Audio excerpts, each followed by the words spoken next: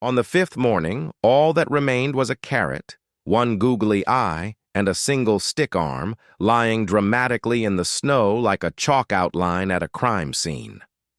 I stood on my porch in my bathrobe, cradling a steaming mug of coffee while surveying the destruction of what had been my latest masterpiece, a 7-foot-tall snowman wearing a top hat and a bow tie. Across the street, HOA President Patricia Bellwether was speed-walking away, gripping what looked suspiciously like the broken handle of my snow shovel. She had no idea her midnight crusades against my winter art were about to bury her in a legal avalanche. My name is David Hartwell, a civil engineer who moved to Pine Valley Estates 3 years ago after my wife passed away.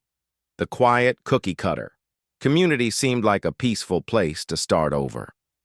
My simple joys are my cat, Whiskers, my model trains, and constructing creative snowmen after every winter storm.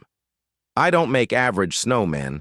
I create snow sculptures, snow jazz bands, snow replicas of famous movie scenes, an entire snow family having a barbecue. My neighbors love them. Patricia, however, did not. She was the recently retired queen of luxury paper goods, and she had appointed herself the supreme guardian of taste and property values. She declared my snowmen unapproved lawn art, claiming they violated an HOA ordinance about seasonal decor being tasteful and symmetrical. Her crusade began with passive-aggressive notes taped to my door, then escalated to threats of $50 per day fines.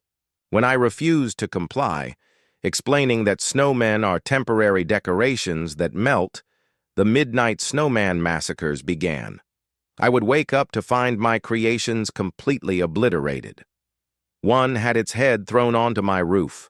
Another was impaled, with the pink plastic flamingos from her own yard. After the third destruction, I installed a Ring doorbell camera. On the fourth night, I caught her red-handed at 2:13 a.m., dressed in all black like a suburban ninja, wielding a garden hoe and demolishing my snowman with the enthusiasm of someone taking a sledgehammer to a piñata. When I confronted her the next morning with the video evidence, she claimed, with a straight face, that it was self-defense. She actually said she felt threatened by the snowman's aggressive posture and had no choice but to neutralize the threat. I reported the footage to the HOA board. Patricia stood up and declared the footage inadmissible due to frost, glare interference, claimed the video was doctored, and then doubled my fines, adding a new violation for unauthorized surveillance equipment. She then posted my address in the private HOA Facebook group, calling me an ongoing violator and encouraging other residents to express their displeasure. That post unleashed a wave of harassment. My mailbox was smashed with a baseball bat. Someone chased my cat off the porch with a leaf blower. The fifth snowman destruction was the final straw. Patricia marched across my lawn at 7 a.m., carrying a metal snow shovel like a weapon. She proceeded to decapitate my latest creation, while maintaining eye contact with me through my kitchen window. I didn't just want justice anymore. I wanted to bury her. I hired one of the best civil attorneys in the state. We sued the HOA for selective enforcement and began investigating their entire operation. Using public records, we discovered something incredible. The Pine Valley Estates HOA had never properly registered as a nonprofit with the state.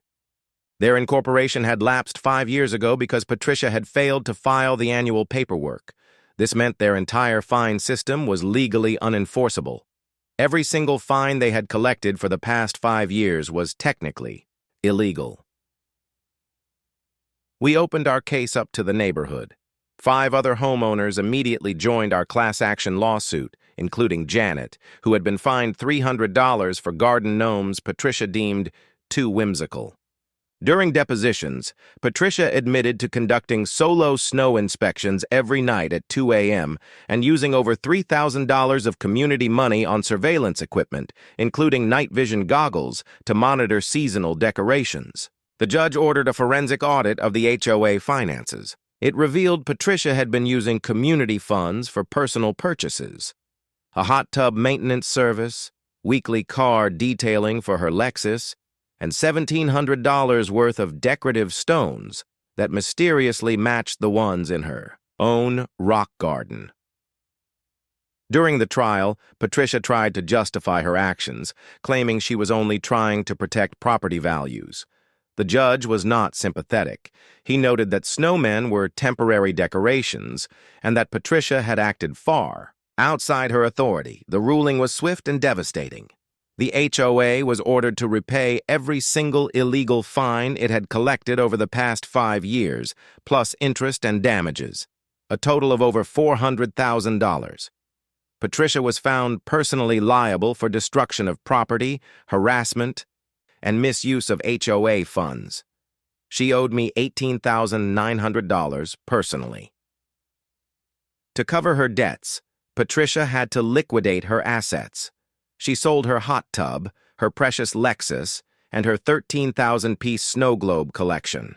I attended that estate sale and purchased exactly one item, a small snow globe containing a cheerful snowman wearing a top hat.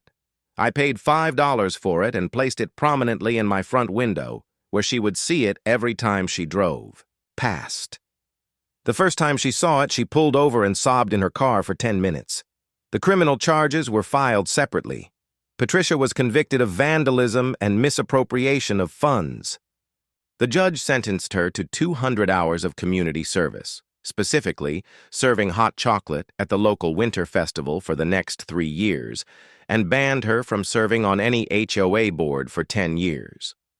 When the judge read the sentence, Patricia's face turned white as snow, and she actually fainted in the courtroom.